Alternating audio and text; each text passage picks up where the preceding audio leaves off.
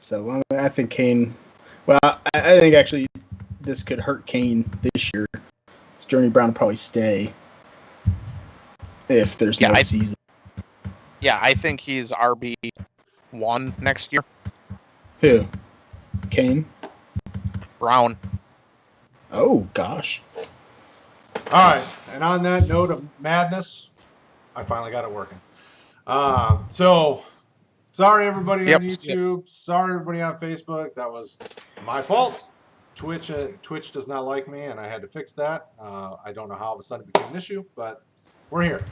So welcome back. It is Thursday night for those of you on YouTube. It is after 9:30 Eastern Time. It is the Devy Hour. I appreciate you guys hanging out tonight.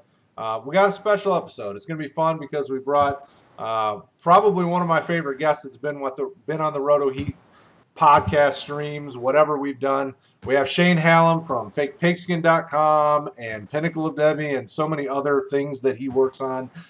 Find him over on Twitter. His name is below his picture.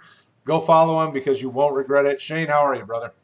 I'm doing great, man. I appreciate you having me. It's always fun to talk Devy, and you know, I'm really excited to do it, man. We've been having a blast in this Pinnacle Devy draft, so I really wanted to come on and chat with you about it because I haven't really gotten to talk to anyone, you know, like face to face like this about it, and it's been exciting.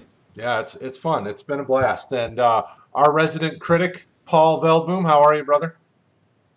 I'm excellent. It's almost Friday. Got my taxes. Got a raise today. It's coming up fall today. It's a good day. Yeah, I played like 3 games of Call of Duty and won one of the war zones. So, yeah, it's a good day. And Shane, what you don't know is that a lot of people in the Roto Heat community are big Call of Duty Warzone fans. So we've all been playing around and having a good time with that, so that's always a fun talking point. What we're doing after this. Yeah, we probably will jump off for a little bit after this, depending on how it goes. So it's interesting. So we don't know what's going to happen. You know, obviously we know we talked about in the last few episodes that you know, we know Ivy League schools aren't playing until the spring, if at all. We've been hearing that, you know, there's interconference play that's going to happen. Shane, because I haven't heard your take on it, what is your take on fall football? What's your gut tell you? What have you been hearing? What do you just think? You know, because obviously SEC guys, they want to play ball. They want to get out there. Some of the Big Ten schools are still planning. You know, Notre Dame wants to do it, but what's your gut tell you about football this fall? Yeah, it's tough, right? My gut tells me no, and my heart tells me yes. So I think that's kind of where we're at. I think at best will be conference play. You know, we've seen a lot of conferences move to that. Obviously, the SEC has been pushing back. I mean, Alabama already has an agreement with BYU, it seems, for week 1. If that happens, BYU's an independent, so they have no games if there's only conference play. So, you know, there's so many pieces, complex pieces, I think, to the puzzle that makes me scared for it. Do I think that it'll be canceled outright? I'm hopeful that it won't be. I think if we see baseball start up now, if we see basketball and things go well, then I think college can try. But I think college has a bigger barrier than the NFL. The NFL's a company. It's privately owned. They're there to make money. And obviously, a lot of these universities are there to make money too. But that academic and public aspect that most of them have, not all, but most of them have, is going to play a part. So I'm trepidatious that it's going to happen. I think it might be kind of on and off, limited. Maybe we'll have, even if it's just a couple weeks, I'll be happy, to have that. And I think a lot of these players that, we'll talk about tonight, that are likely going to declare for the 2021 draft or have that shot, they want to play. They want to play a little bit and get yourself out there and get some tape out there. And I think that's going to be the tough piece. So, I've almost been drafting, I just drafted my first college to Canton League. So college to campus league, to Canton League. So, I kind of drafted my college team Devy based because if there's no season, why am I trying to win this college league, right? So, so probably 85% of my picks were just guys I think will be good in the NFL. And unfortunately, I think that has to be the plan for everyone looking inward. But I'm hopeful, I think, with the rest of you and everyone watching that it's going to be more. Yeah, and I think, I mean, I wish the best for all these sports, but I think basketball is going to be the only one that we really see a very high success rate because it's so contained. They're in the bubble. I mean, there's no way that, I mean, if you get COVID cases, I'll be surprised because of the way they've locked it down.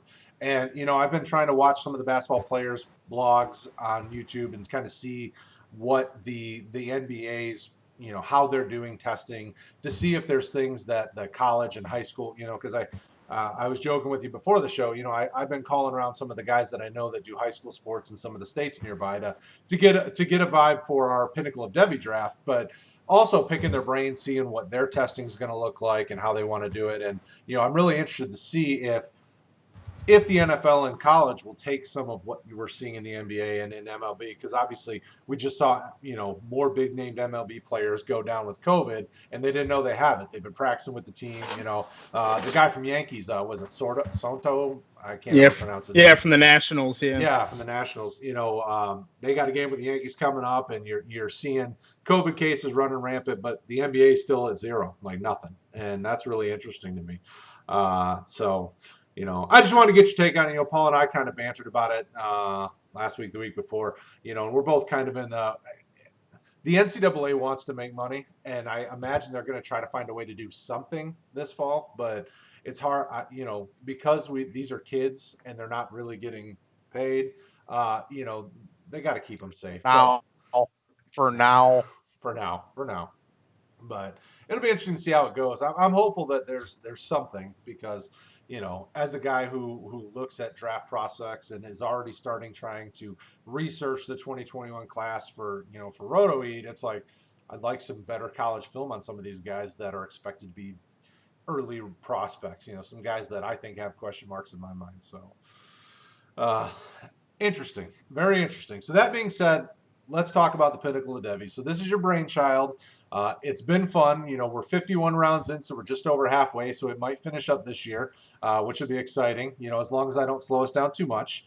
Talk about it. Tell me how you've been feeling about it. You know, you're the mastermind behind this. Have you been enjoying what you've come up with? Have you been enjoying the process, the owners, everything that's going into it? And, you know, just tell me kind of your thoughts about it. Sure. So this kind of came out of my head a little bit. I'm in a league that's similar to this, and I really enjoyed drafting in. And then we had some issues with some roles, technicalities, and things like that. And I was like, man, if we could really firm this up, expand it to 12 teams, because that was only 10 teams, and just get some really great Devy minds, I think it could be kind of setting the pace for Devy, right? This is kind of the deepest thing, you know, and putting the IDP in, I think, gives it a nice twist, just to have, and not scoring till 2022. You have to think about how your picks kind of the domino effect of where they are and what's happening. So I've really enjoyed the kind of mental gymnastics to try to tackle a 100-round Devy League. How many do you take of each position? Where do you take these guys? When do you trade up? When do you trade down? Does that happen? I think there's all these small pieces of the puzzle, and then I think honestly it's going to be even more fun next year if we see these guys play and you're like, hey, this guy drafted in the 3rd round, oh, he's no good. You know, now I don't have any running backs. How do you replace that? You know, a lot of these high school players are gone. Who are the ones that emerge? It's really interesting. So I've really enjoyed it. I think we've gotten such a great group. I was happy to get you in there, Brad. And you know, we have just some great minds. I'm actually jumping in. Kane Fossil's in the league, and him and I are going to be jumping into his podcast, the Devy Marketplace, talking Devy. You know, starting next week. And so, love him. I mean, Travis May's been making graphs of every team and every position and what years are getting taken. You know, Adam Lewis and Rob Willett, I've played it with in Devy leagues for almost a decade. So Chris Stoops has a great podcast. So, just a great group of guys, and we've had fun in the chat, kind of going back and forth about different things, and everyone's been pretty kind with it. But check it out on Twitter if you haven't seen it. Then there's a link in the Twitter profile to the draft. You can go and look at the draft. You can go look at the roles, kind of see if it's even something you want to start for yourself. If you're into this, I think it's something that could be fun, or you can scale it down and do whatever you want to do. But I'm looking forward to it, and it's just about drafting. That's what I always find the most fun. I don't like waivers, like it's like the bane of my existence in fantasy football. It's like waivers, and so like we're just going to draft in infinite number of roster spots. Whoever is in the NFL by the time we're playing, they're on your roster. It's best ball, and whoever wins the money. And so you don't have to worry about a thing other than drafting. That's what I like to do. So it's been fun. It's been fun to see where some of these players go. Guys that I'd pegged 30 rounds later I was going to target, and then they go 30 rounds earlier than I was going to take them. Like, crap, I kind of wanted that guy though. So I think that's always fun, and I think it's going to be really fun in 2 years, 3 years, 4 years, 6 years, 10 years to look back at this draft and be like, who the hell is this guy you took in the second round? Like, he never did anything. And I think that's some of the most fun things to do when you're in a league that hopefully this one will go on for a long time.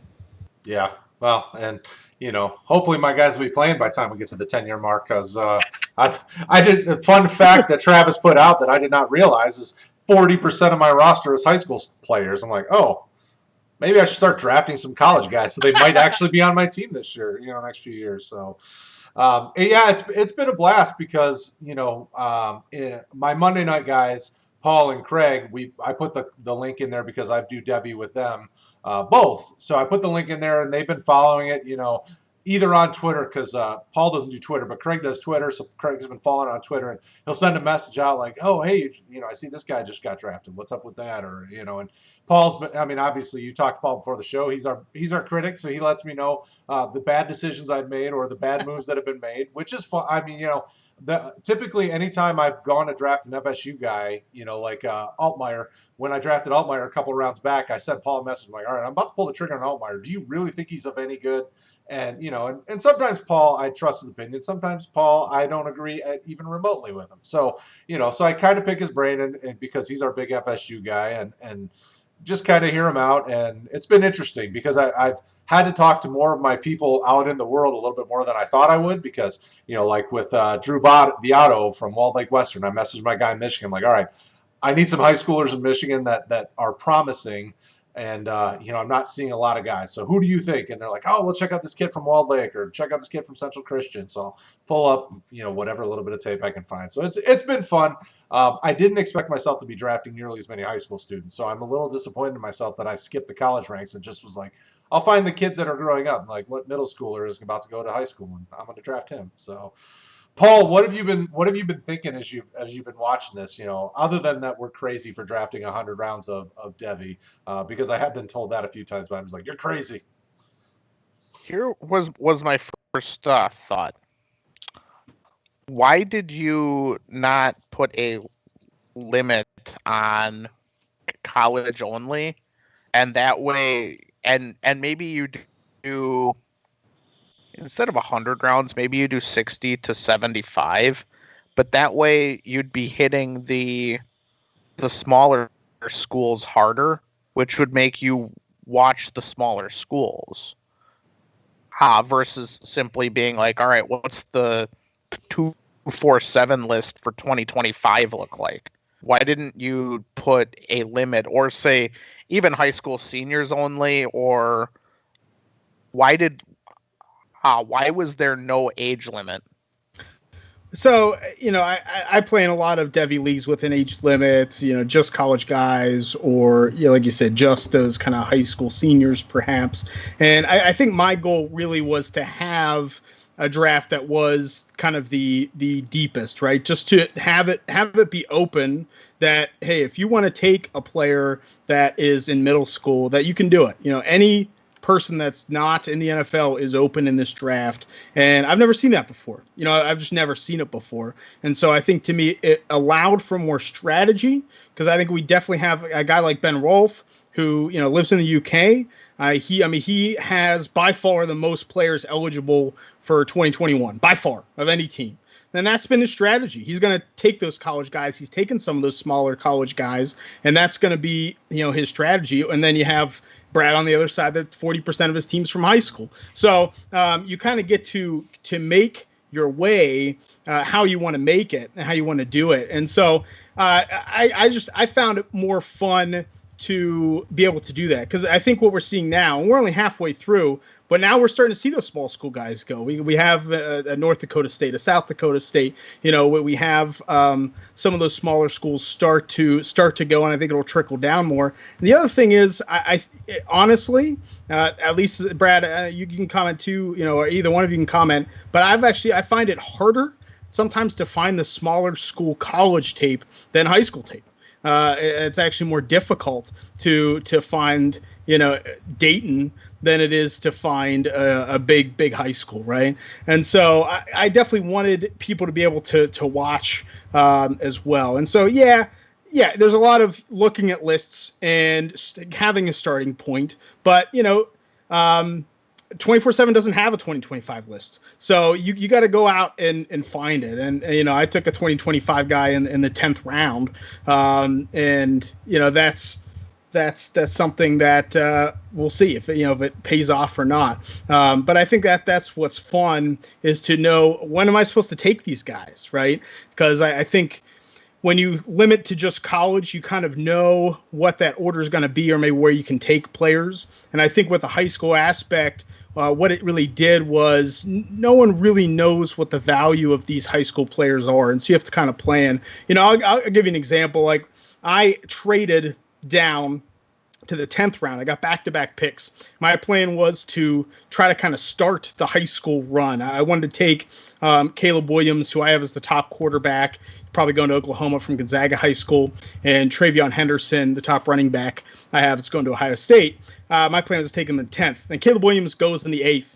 And I was like, oh, crap. I did not think people would dig into high school yet. And so I had to kind of scramble and change. And I ended up taking two super young guys, a high school, sophomore, high school junior, in the 10th round instead. So, I think was kind of fun to try to guess where these high school players are going to go. Where do you compare them to college? Is someone like Caleb Williams, is he more valuable, than a Matt Corral, or is he more valuable than a Miles Brennan? I don't know. And I think that's something that we all each had to hash out on our own. So I thought that was kind of fun and something that I haven't seen before. And I just didn't want to limit, when you have these 12 great minds, I just really didn't want to limit what they could do with their teams.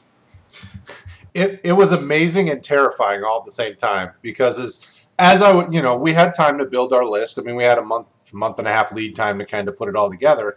I started to build it, and I started to go, okay, at what point do I want to draft a high schooler? And as we got into the draft, that completely went out the window, because I'd get to a point where I've got a block of guys where I'm like, okay, about this point is where I want to take these guys, and then half of them would be gone before I could get to them. And I'm like, okay, so then I just kind of scrambled, like, all right, well, I want to take, this high schooler, but all these other guys that I thought were going to go later, just like you said earlier, guys went ahead of where you thought they'd go, or they, and it's like, okay. So then everything, for me, it was all bets are off. And at this point, I'm like, I'm just going to take the guys that I like the most. And it doesn't matter to me what round they're going in, because I could care less. As long as I get my guys at the end of the draft, then I'm happy. And if my guys suck, well, then I was a terrible decision maker, and I'll have to draft better next year. I mean, I've tried to not limit myself, because I don't know these other guys well enough to know their draft strategy. I've unfortunately gotten too comfortable with that in fantasy football, that I know my league owners well enough to know what they think. But these guys, I have no clue what they think, and I'm learning quickly that they think differently than me. So I liked it. I liked that it was open-ended. It was just, and absolutely, smaller school guys, it's hard to get footage on. I'll pick up, Phil Steele's guide and read through it on some of these small schools to get a feel for what he's saying. Or I'll listen to, Move the Sticks and see if maybe they say something, which they never do. But, I'll try to pick minds and try to listen to people. But small school, man, is so hard, because there is just there's just not enough footage of them. And I'm like, these schools need to get love, because every year in the NFL draft, we see small school prospects taken. There's got to be something we can find on these guys. So there you go, Paul. Long and the short of it, it's because, damn it, he wanted to, and that's what he's going to do. So that's what he did. So it's definitely been fun. It's been a blast. I've really enjoyed, kind of listening. And I've done more listening than anything. The guys are blowing up the chat, and I just kind of like taking it in. And I'm like, okay, fair enough. You know, it's getting to know these guys so that when I draft next year, I'll have a better idea on what they're doing. So maybe I don't lose out on half the guys I wanted. So we'll see. But tonight is going to be fun. We're going to talk about a group that needs love, and that's the IDP side. You know, when you think of Devy as a whole, IDP doesn't typically get drafted much in Devy leagues.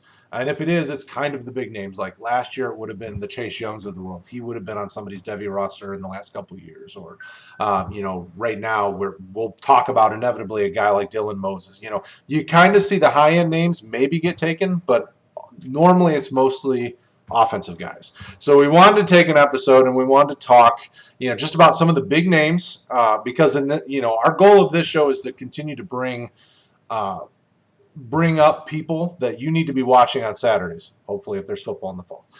These are guys that you want to look at that will probably get to the league and be impactful on your IDP roster.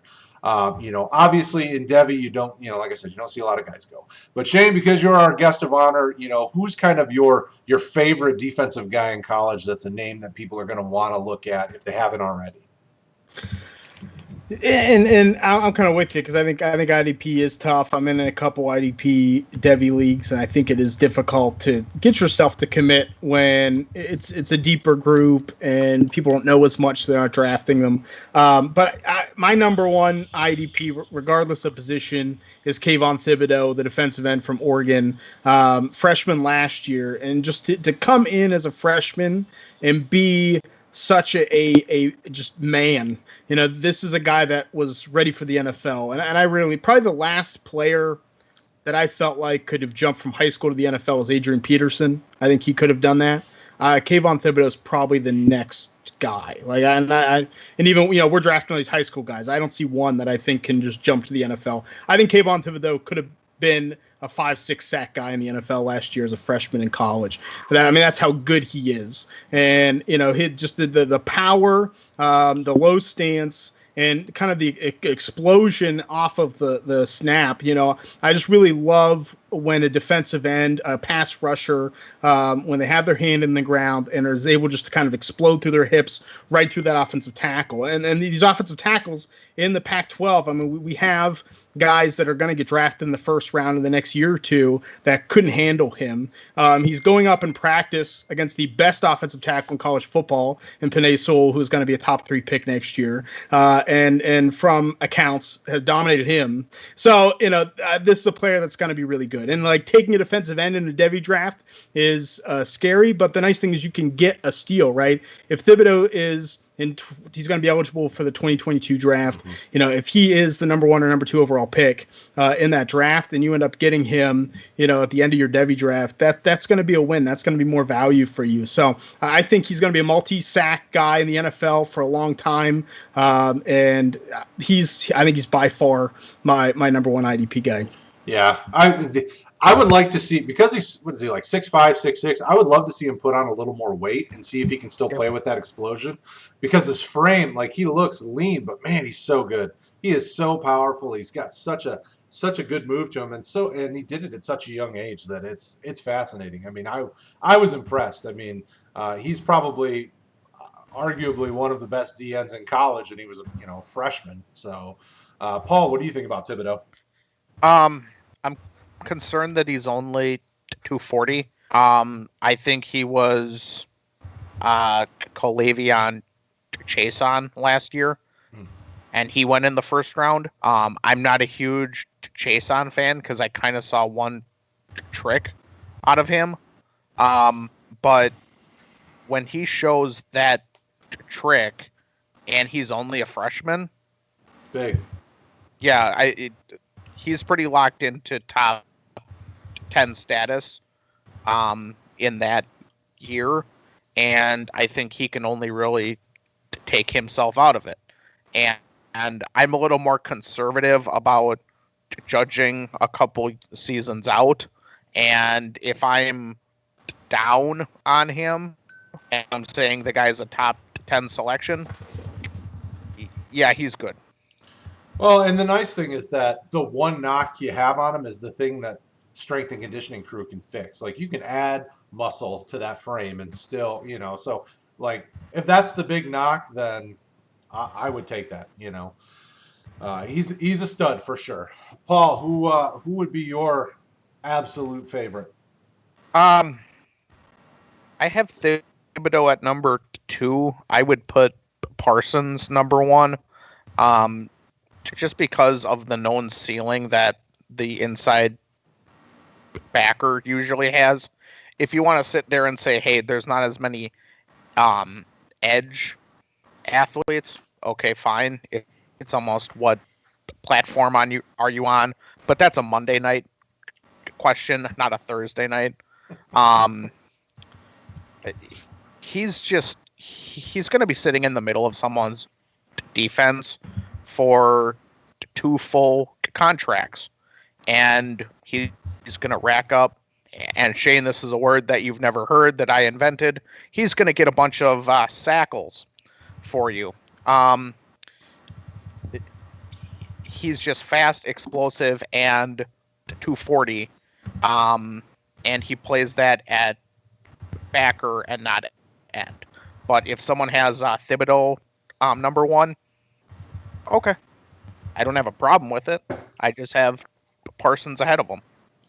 Well, and sackles is a word that our Roto Heat community knows and nobody really likes. So it's kind of a Paul word that he's taken with him, and maybe one day it'll be a word people use, but so far that's come with mixed reviews. Parsons is super talented. I mean, the athleticism's off the charts. I mean, he can be a sideline guy, and he's probably arguably. Depends on what you like. I mean, Moses and him are kind of the top ones, but Moses kind of falls down because of the injury. So, Parsons is kind of the top linebacker. Shane, what do you think about Parsons? Are you a fan? Do you see him being big at the next level? Yeah, I mean, I'm a fan. I actually was kind of low on him. I went back and recently watched him a little bit more because I was working on scouting reports for Draft Site, and he was much better than I remember him being. And I was like, I probably caught it. Sometimes you do that, right? You watch tape, you're having a bad day, and like you put a guy a little lower than you should be. I mean, the lateral agility is something that I think is phenomenal. Just his ability to move and find the right angle to take down a running back is pretty incredible. And I think that's something that's going to be useful at the next level. My only fear with him is that he could move to outside linebacker when we talk about IDP fantasy. I think he's a player who is so versatile and so athletic that on the right defense, he's Bobby Wagner, inside. But I think you could also see, and Bobby Wagner had some of this, where there were a lot of teams that had him as an outside linebacker. They wanted him to set that edge. And Micah Parsons is such a good pass rusher that could happen. So that's my only trepidation is not with his talent, but NFL fit. You always hate that, right? When you draft a guy and then he gets drafted to a team and it's just like, oh, that's not a position that's going to rack up a lot of tackles for me. I'm going to need, sack heavy numbers. So I think he's still definitely in that top 5. And yeah, I would agree with him being the top linebacker. I think that Paul's absolutely right in that. I'm going to probably coin the phrase the Isaiah Simmons role because that's my worry with a guy who's like Parsons. Like, when a team drafts him, are they going to do the Isaiah Simmons? And, all the talk coming out of college was, well, somebody going to make him a safety? Is he going to be a linebacker? Is he an outside linebacker? And then Arizona drafted him, and you're like, we still have all those same questions. What are they going to do with him? So that's my worry a little bit. We want to see what happens, but Parsons has all the tools to be, just a stud for years to come, which you like that. On the upside, though, he's also 245. He's not going to be a safety. I don't think he can play much edge, but it can help. I think he's pretty locked in the middle. I just don't have the same concerns. Do you think it's because of the way Penn State uses him? Because I don't think Penn State really asked him to do some of those things that you would see an edge outside linebacker do because of where they put him. That system could be what it's doing. Yeah, he can blitz, but he's not an edge. And that's where I see his role as more solidified. Yeah. In the league. Okay. My top guy is, I think he was probably actually the top guy, the IDP guy that I drafted. And he's very similar to Thibodeau, Gregory Rousseau, defensive end from Miami. He got limited playing time, but just racked up the sacks. He's a young kid, good agility. He's got a great moves. I think he's kind of a no-brainer when he gets drafted that he'll be kind of one of those high-end guys. I was nervous at first because Miami's just been a team that has been poorly run for so long. You think of the great players they've had on defense over the years, but that's a long time ago, and we haven't seen a lot of great defensive talent come from them in a long time. So I was a little nervous when I went to draft him this year. I'll be honest. I put him on the sheet and was like, I like the guy. I like what he did in limited opportunity. I think with a few more years and a little bit more weight and we continue to see this growth, I think he could be just a really dominant player in the league. Shane, what's your take on, and hopefully if you're watching Gregory Rousseau, I'm not butchering your last name because I could very well be, and I apologize if I am. Shane, what's your take on him? How do you feel about him? And was I crazy drafting him as early as I did? No, I think he is my number 2, number 3. I think he's right there with Parsons for me. And not to bag on Paul's Florida State too much, I guess, but the Florida State game was where they just committed to not double teaming him, and I mean he just tore them apart. And Pitt did the same thing the week before. They just just one-on-one he wins. And what I like about him is I really felt like he does have more pass rush moves than just one thing. Like he uses a rip swim move.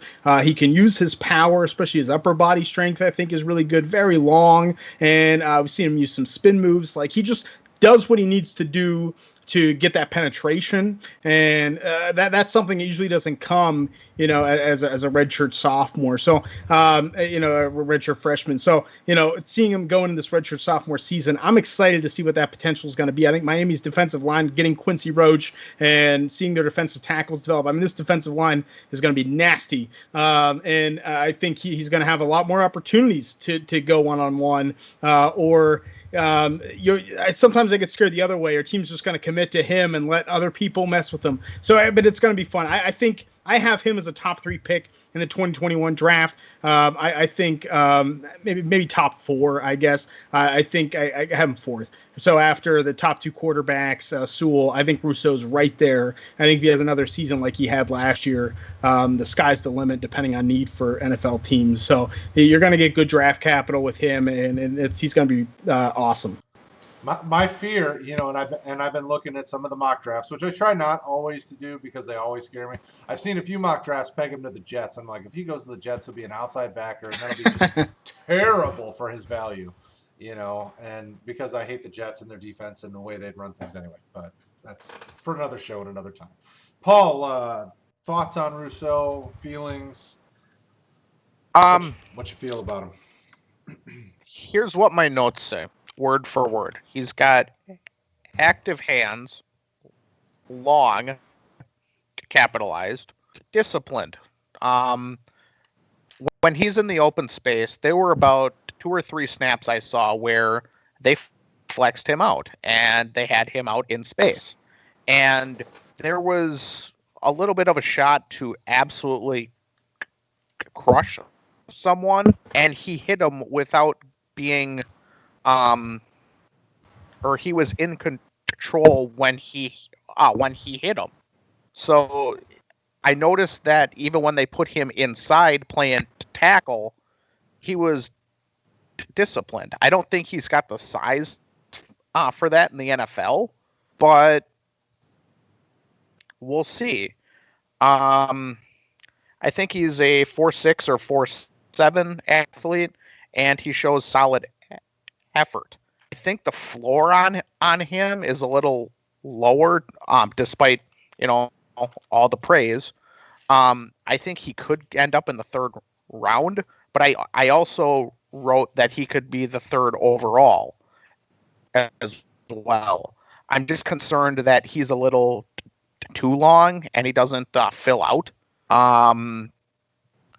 But he's got immense upside. He can play legit edge, legit tackle, and maybe 3-4 end, like that power end. I'm a big fan of him. I just want to see it a second time through.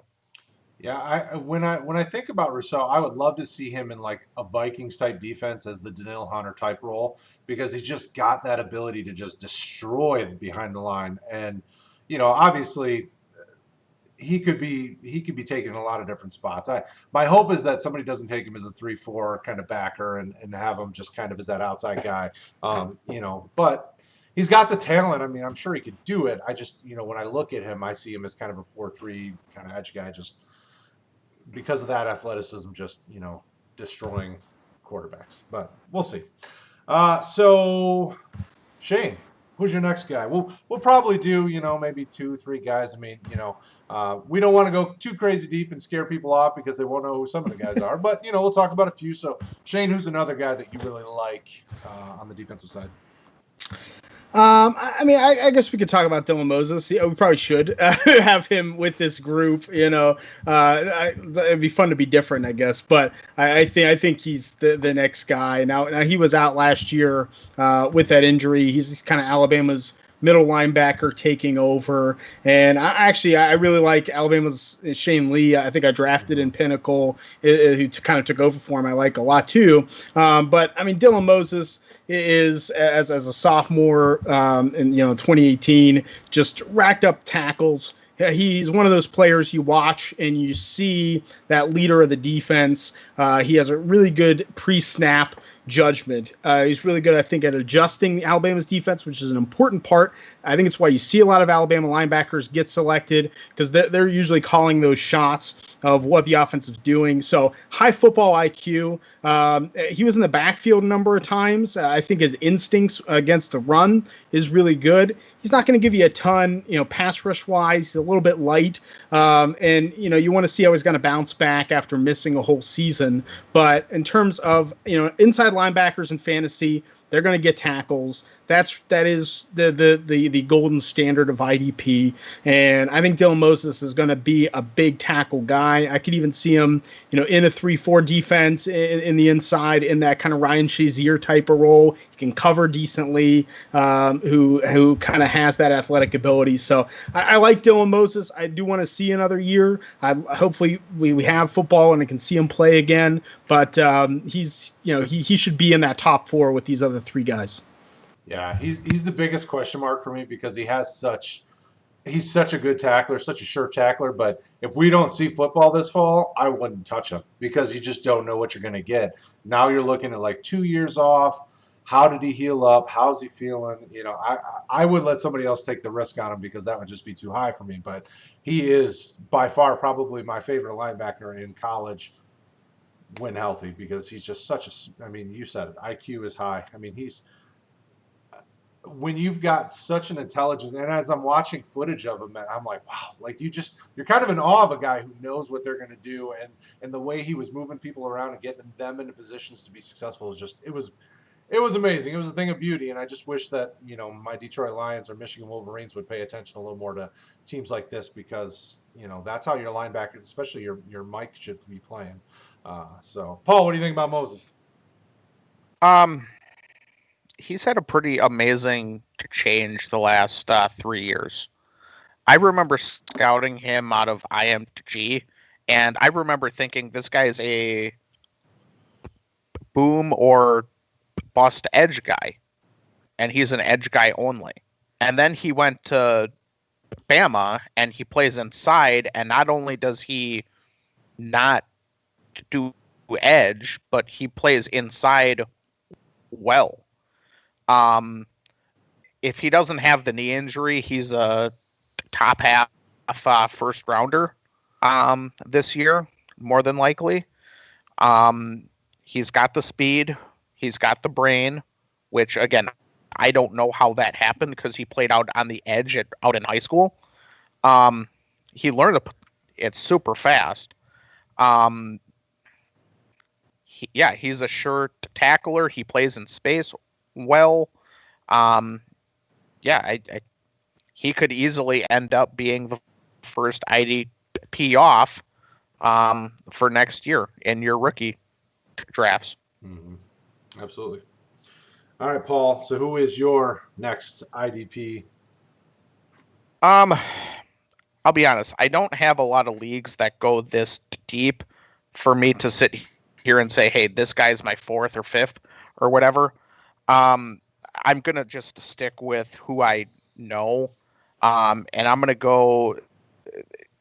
See, should I go with the tackle in the tackle leagues? I'm gonna go with.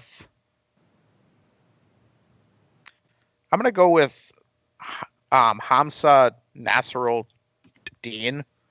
And I don't necessarily think this guy's the top overall safety, but the way that he plays, where he's the strong safety only, he can be a very valuable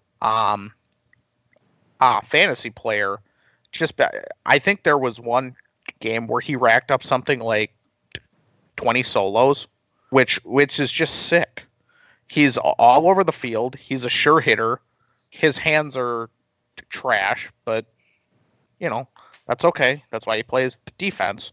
But he's just someone that always finds his way around it, and I don't think that a lot of the community thinks that this guy is elite like I do, at least from a fantasy perspective. And he's got the frame and the size, and he looks like a really, really nice safety. But then when you watch him play, it's like, did he see where the football went? Because oftentimes it looks like he's having trouble tracking the ball, and as powerful as he is, and it looks like he's he kind of makes me think of Tracy Walker, who's with my Detroit Lions. Real good hitter. He's got a nice pop to him when he hits a guy, but it's like he didn't see the ball, and that's my only real big knock on him when I was looking through, because he was actually, I had 3 names written down of guys that I try to make sure I touched on. He was the safety because I wanted to show you some love with your FSU, and he's a guy that I like. But that's really my only big knock on him, is just the ball tracking. As a safety, I would like to see you not only get me tackles, but also get me a few interceptions, and I just don't know that he'll, ever get interceptions. I mean, unless he gets lucky and he's playing, Darnold or somebody who's going to throw him the ball. I just don't know that's going to happen. So, Shane, what do you think about Hamza? I think from Paul's point, I think the IDP value is very high. I think it's possible to be very high when you have kind of a tackle safety, right? He's going to be in the box. I almost think, man, I'd like to have him playing linebacker because I think it would stop some of his deficiencies. I don't think he's very good in coverage, and as you pointed out, Brad, just kind of ball tracking and being able to adjust. He's very athletic. He almost has a little bit of that Isaiah Simmons, where you can plug him in the back or put him in the front or move him around the defense, let that athleticism and tackling ability take over. But I don't want to see him covering Travis Kelce. Like it's going to be bad. My fear with him is just, is he going to come in and get immediate playing time? Is he someone that is going to start immediately? But I think the upside is big for him to be. I mean, getting 101 tackles this season is pretty good. I think the upside for him to be a big IDP tackle player is something to keep in mind. If he gets drafted, in the 3rd round of the NFL draft, and maybe he'll start, maybe he won't. I mean, you can get him super late in a rookie draft, and I think stash him on a bench or taxi squad. And if he ends up starting, I think the tackle number is going to be really good. Absolutely. I can't argue that. The thing that would be tough, though, is I think his value takes a hit if he slides to an outside backer type position, because as safety, most teams are going to try to funnel that action towards him and he'd get more tackles. As an outside backer, I mean, he could, overrun the play, be kind of way out there. So I don't know if they move him into kind of that role. He's got the frame to hold the weight, though. At 6'4", he could easily be 230, 235, and should still be good. But I think his value is better from a fantasy perspective, obviously, as a safety. Obviously the NFL doesn't care about fantasy, but definitely a guy I think to keep an eye on, because this year will be big for him.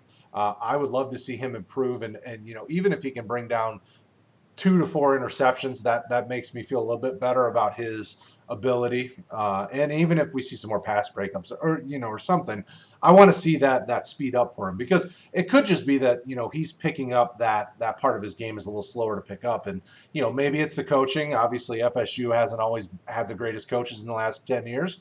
So if he can get a D-backs coach to help him out, maybe he gets better at that. So I'm going to bring up another safety, kind of a guy that I think people are kind of hot and cold on him. I like him. I drafted him in Pinnacle because I think that he's got a lot of the things you want to see. He's a little bit smaller as an undersized safety, but Richard LeCount from Georgia, I think he's got a lot of the things that Hamza doesn't have, minus the fact that the size.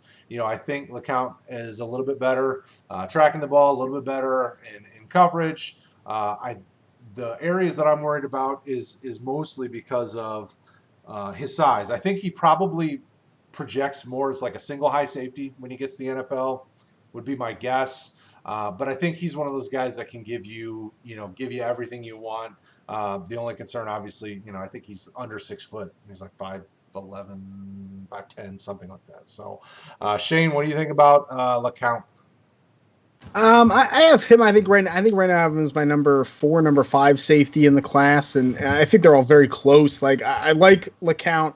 And I think the NFL is going to like him. I think they're probably going to be less worried about the size and really like his ability to get interceptions, to catch the ball. I mean, yeah, I think he's one of the best ball-catching safety in this upcoming class.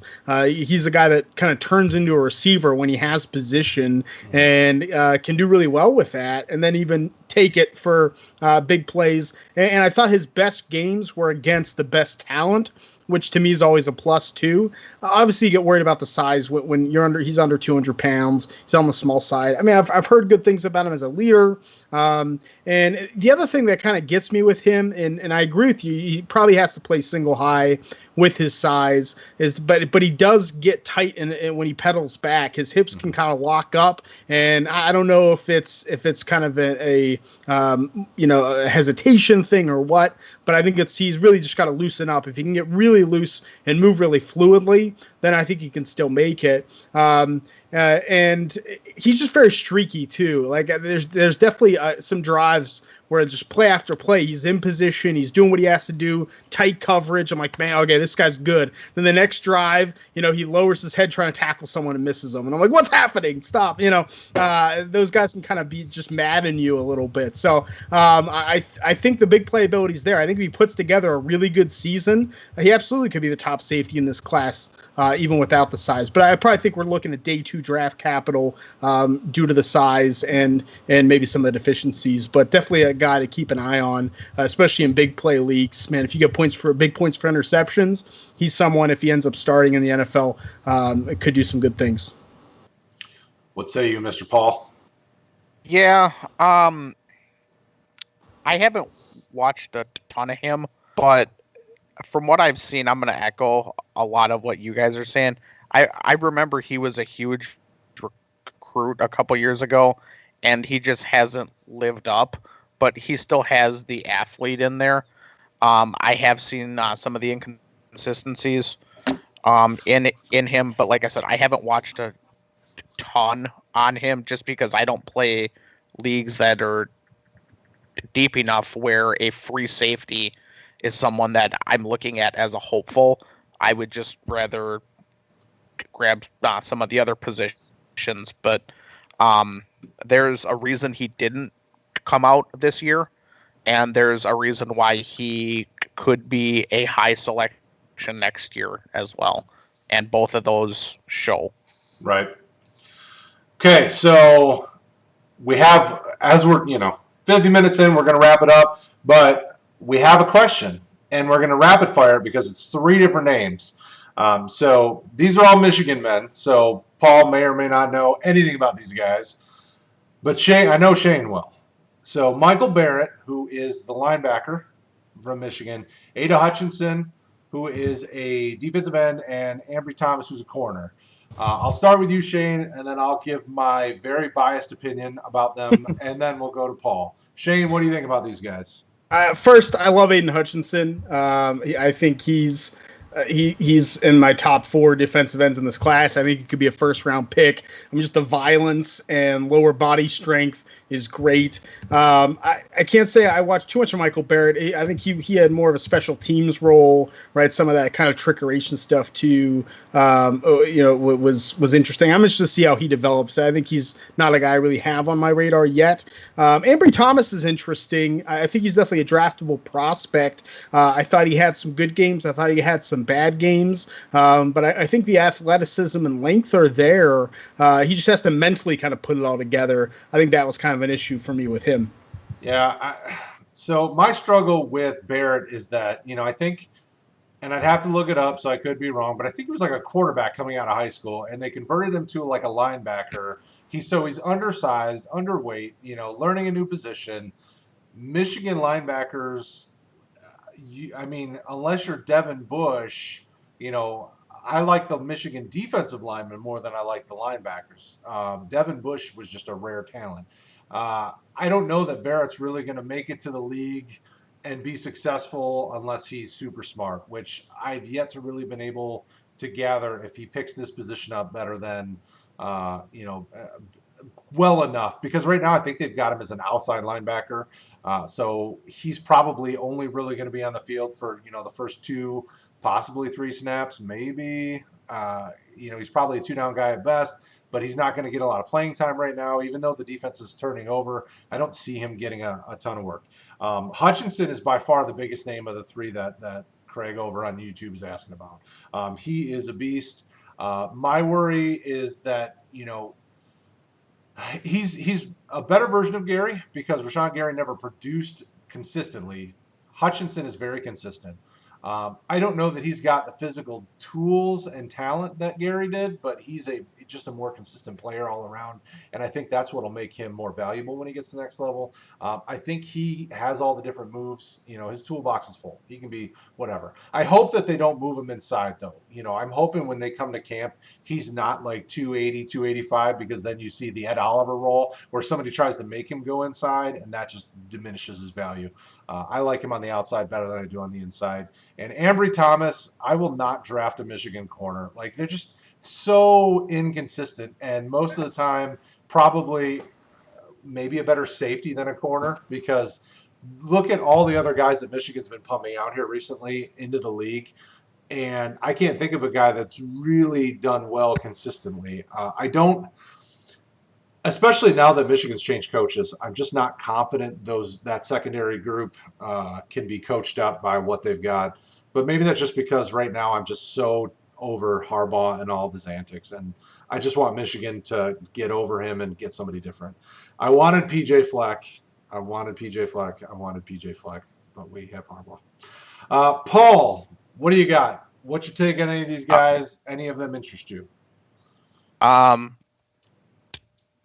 Do Rashawn Gary and Chase Winovich still play for Michigan?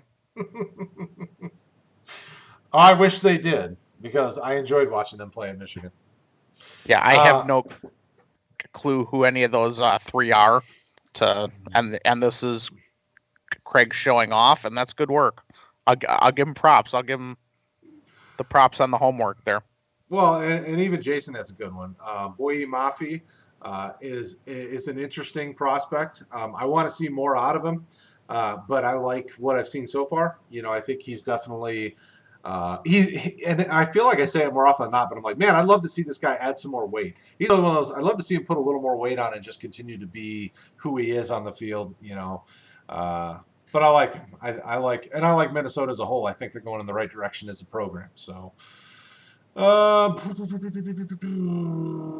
can I say about the weight issue too? Yeah, go ahead. I think NFL teams are a lot less caring about it now, because I think a lot of them have found that they can add that weight, right? So I think sometimes we get too wrapped up now. I think 10 years ago, like they wanted players to be what they're going to be. I think now NFL teams know that, hey, they could take a player 260 and they can get them up to 270, 275 in muscle. And these strength programs in the NFL have just gotten so good that they're not worried about that. And so I don't think it affects draft capital as much anymore. Yeah. yes, I don't argue that in the least. It's hard because you want to project them to the next level, and then you see some of these things, and you're like, okay, well, these guys they're going to be facing on Sundays are just monsters, So then I get a little worried, and anybody anybody can ask Rick. He's always telling me, don't worry about it, don't worry about it, it'll be fine. So, I think you've got a very valid point. And one day I'll probably get over that, but that's not today. One day I'll get there though, because guys like Shane will keep telling me, nah, nobody cares about that anymore. You're in the, stop being a dinosaur and just get up with the times, old man. So that's it. So those are some of the top IDP names to be looking at, and some of the non-top IDP names to be looking at. Obviously, those Michigan men are not top names except for Hutchinson. So thank you guys. Shane, it is always an honor and a pleasure to have you. Tell everybody where they can find you. Tell everybody all the many things you're doing, and brag on yourself for a minute. Sure. Follow me on Twitter at Shane P. Hallam. You can follow that Pinnacle of Devy draft as well at Pinnacle of Devy if you want to follow each pick. I'll hopefully be doing some more with that on YouTube and whatnot as well. For me, I'm writing over at fakepigskin.com. I just did an article about if you're in a dynasty league and there is no NFL season, how do you determine your draft order? So I have a bunch of different scenarios and ways to determine that. And I'm in the FFPC Pros versus Joe's Dynasty Startup. So I have 8 2021 first round picks so far in this startup, and I'm going to be writing about my experience. I already have 8 pages written about this startup and this unique strategy that I've approached.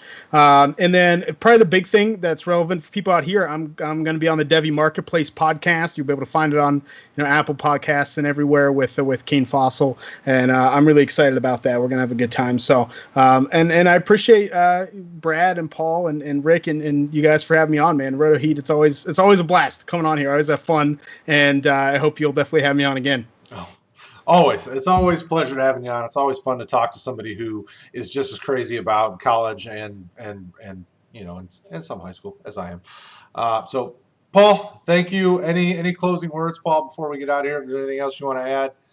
The floor is yours. Not really. I kind of want to ask Shane a couple questions offline here, but okay. No, I'm good. I kind of want to hop on Warzone and kill some fools with you. All right, guys. Well, thank you so much. As always, check out rotoheat.com. I've been posting some Pinnacle of Devy updates here and there. This is a new podcast for us. This is episode 4. So you will be seeing us once Apple and the Apple overlords approve us. You will see us on Apple Podcasts and all the other major platforms very soon. Hopefully this week still, from what it sounds like. So thank you guys. Check out rotoheat.com. Check out @RotoheatFantasy on Twitter.